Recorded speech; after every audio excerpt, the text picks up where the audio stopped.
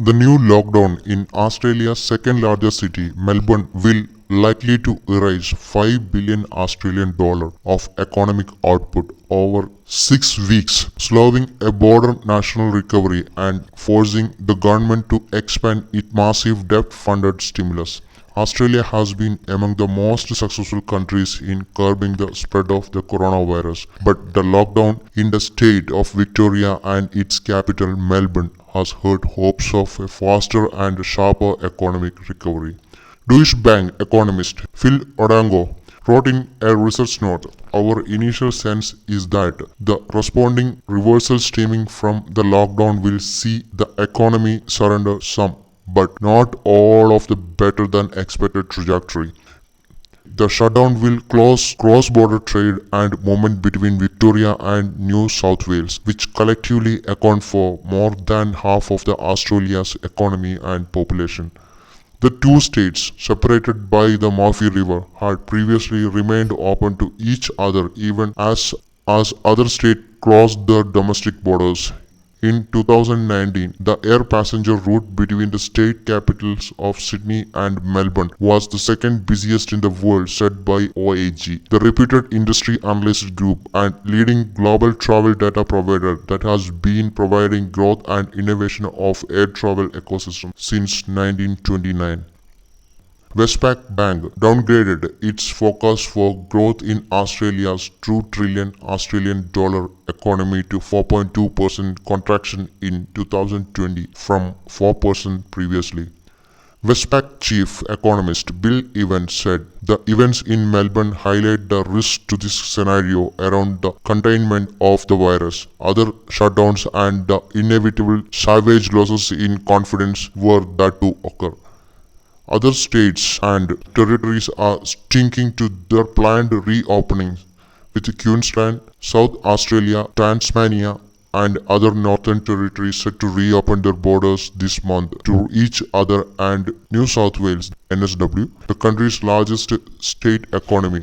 That would be positive for domestic tourism, retail spending, and business supply chain management. Still, the Melbourne lockdown means Prime Minister Scott Morrison's Conservative government could face a larger stimulus bill. Morrison has repeatedly said the territory measures that are set to cost his government about 160 billion Australian dollar or 8% of GDP will end in September. However, he now faces increasing pressure to extend its support, which includes household income relief and provisions for workers to unlock some of their pension funds.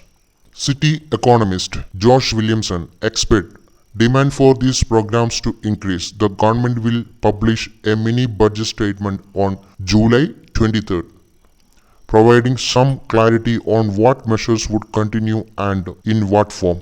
Policymakers are also bracing for a hit to confidence in other parts of the country from the Melbourne lockdown.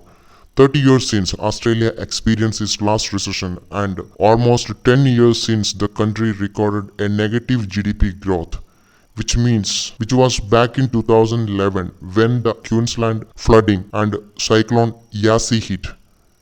With the latest downturns in Australia's quarterly GDP reports as well as the economic effects of the pandemic, the future for Australian business look uncertain. Australian Bureau of Statistics reported that Australia's economy had contracted by 0.3%. This was before coronavirus disruption hit Australia.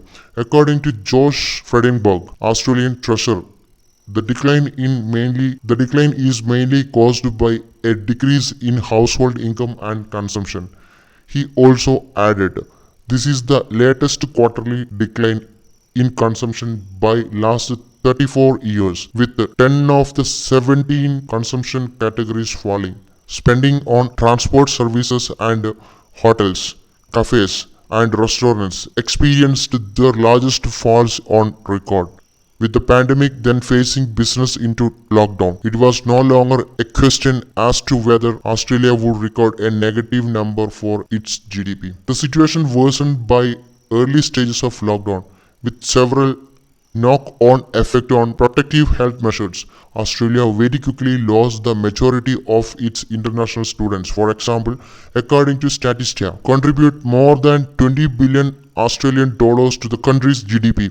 Hospitality and retail venues shut up shops within 24 hours across the state, with little knowledge of when they could reopen or how to operate during COVID-19, as the government quickly scrambled together to get COVID-19 measures in place, announced stimulus packages. Many people lost their job overnight. The uncertainty now lies in how and when Australia is going to bounce back from the negative effects of the virus, in addition to the pre-existing economic problems. The recession is not exclusive to Australia. The International Monetary Fund (IMF) predicted that the global economy will contract by 3%, much worse than 2008 global financial crisis. Treasurer George Frydenberg has suggested tax cut could be brought forward as the government put together a new package of stimulus and support to be announced in 2 weeks. The government's tax cut would create one big tax basket for incomes between 45,000 Australian dollars and 200,000 Australian dollars, with a top tax bracket of 30%. Mr. Fredenberg remained positive, however, saying that the Australian economy will return as the restrictions is out. 9 consecutive weeks of consumption rising will make up to 95% of the losses that already saw in March.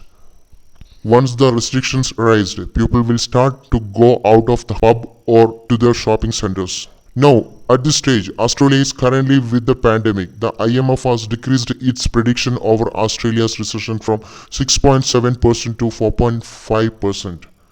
Let's not forget, however, the government support, such as JobKeeper, ends in September, and this is likely to result in a new wave of uncertainty for recovery predictions. The main impact of a recession is the increase in unemployment. During the recession, demand will decrease, and as such, so will revenue.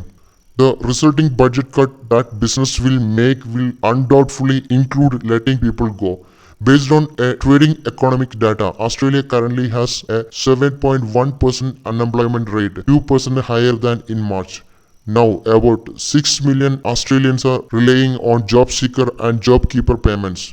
That's half of Australian working population. Both JobKeeper and JobSeeker are government subsidies for those who are currently unemployed. JobSeeker gives 550 Australian dollar per week to those who are currently looking for a job. Meanwhile, JobKeeper payments are government subsidies to companies so they can still employ staff during the pandemic. However, Prime Minister Scott Morrison said that both subsidies are going to be cut by the end of September. He also said in a press meet he is planning to cut this support back by half. According to the Prime Minister, the high rate of subsidies discourages people to find new work. This is because the salary is lower than the government support. Some of the small businesses are finding it's hard to get people to come and take the shift because they are on this higher level of payment. So we have just got to make sure that we continue to provide what is reasonable level of support in the middle of the worst recession had since the Great Depression. The rises of critics from many sides, especially from unemployed side at this pandemic recession. Last Wednesday, Australian Unemployed Workers Union released a report showing that while there are 1.7 million unemployed Australians, there are only 91,000 jobs available. National Skill Commission also released a report shows that currently only 22% employees are recruiting. The employment rate wouldn't just snap back. When the worst of the pandemic is over, thousands of hardworking Australians will be thrown out of work, some of them for a long time. University of Queensland economist Professor John Quiggin proposed a livable income guarantee. This means the government should start paying those who work in unpaid jobs.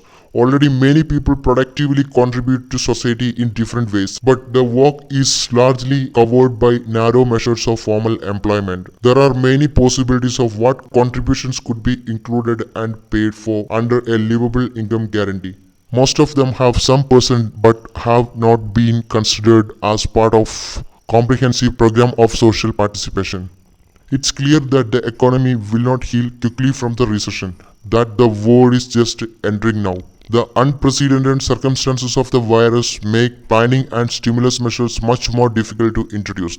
The Australian economy will bounce out of the coronavirus recession. The economy to grow by 5.3% in 2021 to 2022 and then 4% the following year. After big falls in 2020-21, private consumption, housing construction and private investment are also expected to lift. Government spending will hold up the economy in the meantime, with it to grow 6.5% this year.